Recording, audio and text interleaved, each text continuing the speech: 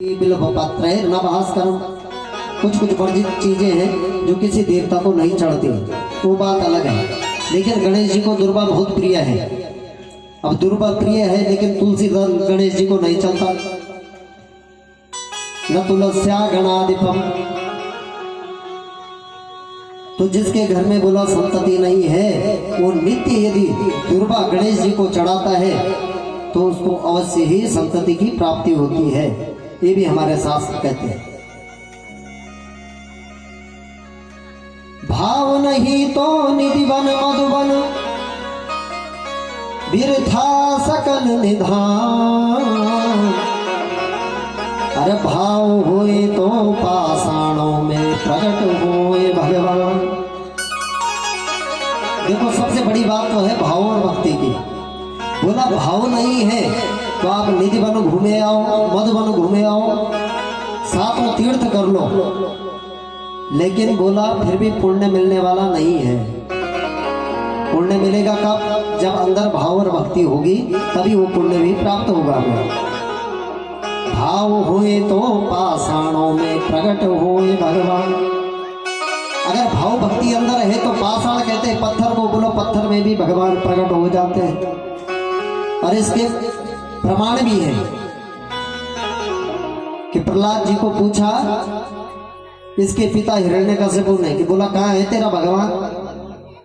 तो प्रहलाद जी ने कहा भाई ये तो कोई पूछने वाली बात नहीं हुई पिताजी, ये तो कोई पूछने वाली बात नहीं जो आप पूछ रहे कि भगवान कहाँ है। हरिव्यापक सर्वत्र समाना, प्रेम ते प्रकट हुए मैं जाना। वो तो सर्वत्र है और समान रूप से है। ये पिताजी यदि आपके अंदर करुणा प्रेम होती तो यही प्रकट हो जाए। बोला छोड़ मेरे अंदर तो नहीं है ना, तेरे अंदर तो है भक्ति, तो बता इस खंबे में है कि नहीं है। और प्रहलाद जी ने एक बार हाँ में हामी भरी और उसने अपना गदा उस खंबे पर मारा और वहीं से भगवान नरसिंह प्रकट हो गए। हुआ था ना ऐसा, भागवत में कथा होती। तो बोला भाव हुए तो पाषाणों में प्रकट होए भगवान। ये बात भी सत्य है कि भाव होगा तो तभी हमारी कामना भी पूर्ण होगी। सोच रहे हैं कुछ, कर रहे हैं कुछ, तब काम चलने वाला नहीं है। इसी प्रकार से भगवान को नैवेद्य अर्पण कराना चाहिए, माँ भगवती को प्रसाद देना चाहिए और उसका भोग लगा करके तब अपने आप उसको लेना चाहिए, उस प्रसाद को। घर में कोई भी चीज आए तो बोला वस्त्र पहनो, चाहे कुछ भी हो, पहले भगवान को अर्पण कर दो, तब उसको अपने उपयोग में लाओ। जो व्यक्ति ऐसा करता है तो उसका कभी बुरा नहीं होता, उसके घर में कभी चोरी नहीं होती, डकैती नहीं पड़ती, ये बात पक्की है।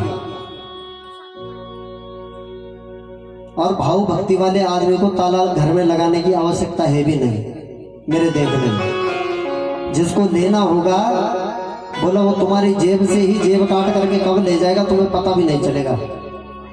अकेले में ही आपको पता भी नहीं चलेगा कि हाँ कोई आया भी था कि नहीं।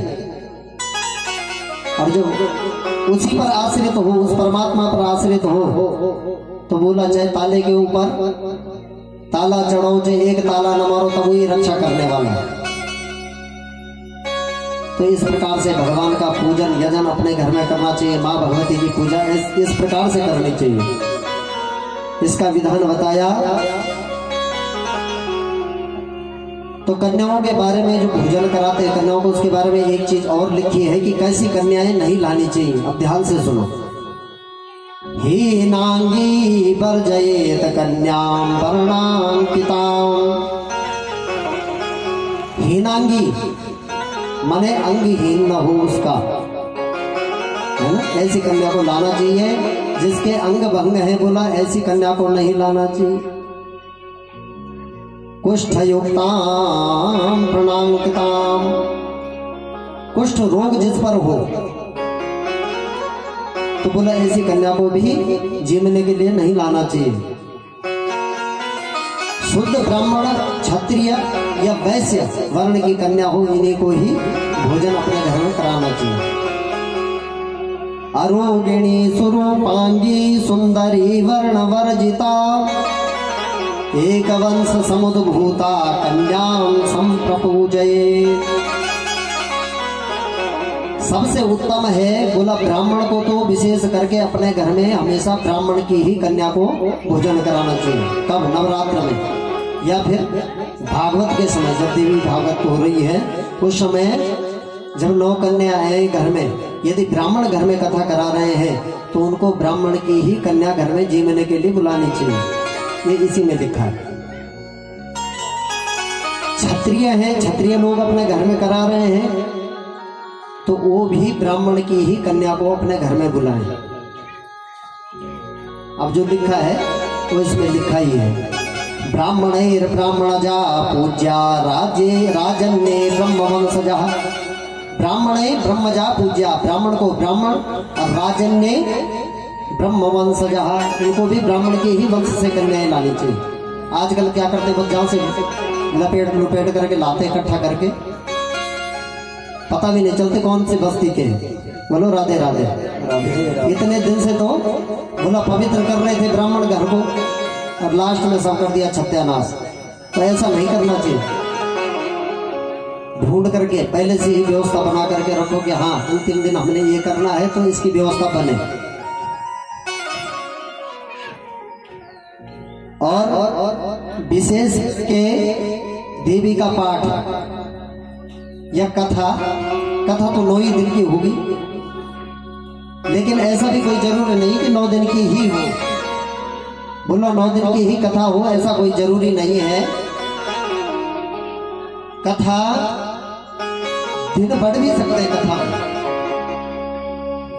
15 दिन की भी कर सकते हैं, 1 महीने की भी हो सकती है। कैसी कथा? बोलो निष्काम कथा हो। यदि हमारे अंदर कोई कामना नहीं है तो कितने भी दिन की कर लो, 1 महीना 2 महीना, क्योंकि ये तो कथा भी बहुत बड़ी है। 9 दिन में पूरी हो पाना भी संभव नहीं है। तो बोला इसको 15 दिन 30 दिन जो श्रद्धालु लोग हैं करा सकते हैं, जो कथा के रसिक हैं। लेकिन विशेष करके कोई पितृ मोक्ष की कामना से यदि इस कथा को करता है, तो जैसे भागवत से पितृमोक्ष होता है, वैसे ही देवी भागवत से भी पितृमोक्ष बताया गया है। बोलो दुर्गे मैया की जय। सामर्थ्य न हो तो बोला 3 दिन का पाठ दुर्गा सप्तशती का अपने घर में करा सकते हैं। और विशेष तिथियां हैं, विशेष महीने हैं। आषाढ़ का महीना, माघ का महीना, आश्विन का महीना और चैत का महीना, ये 4 महीने हैं। इनमें तो दिन और बार देखने की भी जरूरत नहीं है। शुक्ल पक्ष की प्रतिपदा पकड़ लो और कभी भी अपने घर में करवा लो। और बोला सप्तमी, अष्टमी, नवमी और चतुर्दशी विशेष करके माँ की तिथियां हैं। इन तिथियों पर माँ का पूजन अपने घर में जो करता है तो माँ उसके भंडार भर देती है। बोलो दुर्गे मैया की जय। माँ से प्रार्थना करनी चाहिए क्या कि स्वाहा स्वधा नाम मनु प्रभावे तृप्यन्ति देवा पितरस्तथैव